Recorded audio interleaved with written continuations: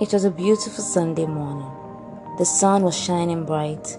There were no clouds in the sky. Sounds of joy filled the air, coupled with people in their Sunday best. In the home of the Etefes, the man of the house, Pastor Samuel, was deep in thoughts. Pastor Samuel was all dressed up in an immaculate white shirt and trousers, pondering on what testimony to tell his church members. He usually set the ball rolling by telling a miracle he encountered during the previous week. Last week, he told them about his account being credited by the Holy Ghost. He called it Miracle Alert.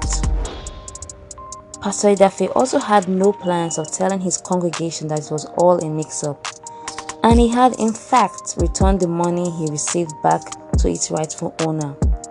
He was not going to kill the hopes of his enthusiastic congregation, who already called on the God of Miracle Alerts to credit their accounts, by telling them that the bank cashier had made a mistake.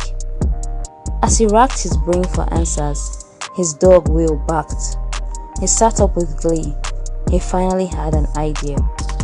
Pastor Samuel filled his wife in on his plan to tell his members that their good dog Will's food was poisoned by jealous neighbors. But the good Lord made Will to experience a loss of appetite and so refused to eat. With Will's head out of the window of the car, the Etefes drove off to church. When the time came for Thanksgiving and testimony, Pastor Samuel and his wife called on all present in the church to thank the Lord with screaming and dancing for saving the life of Will.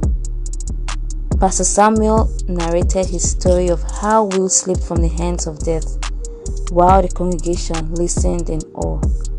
And then they all prayed that the Holy Ghost fire would burn whoever wants to hurt poor Will. Every question in mind about how sure the Etefes were that their neighbors had really poisoned Will's food, or how the Etefes realized that the food was indeed poisoned, was locked up in the minds of the congregation, never to be spoken. At the close of the service, the pastor and his wife led Will back into the vehicle and returned home. On the arrival of the couple, they found out that their house had been burglarized. Every material possession they owned, down to the steaming hot pot of stew Mrs. Etefe prepared that morning, had been stolen.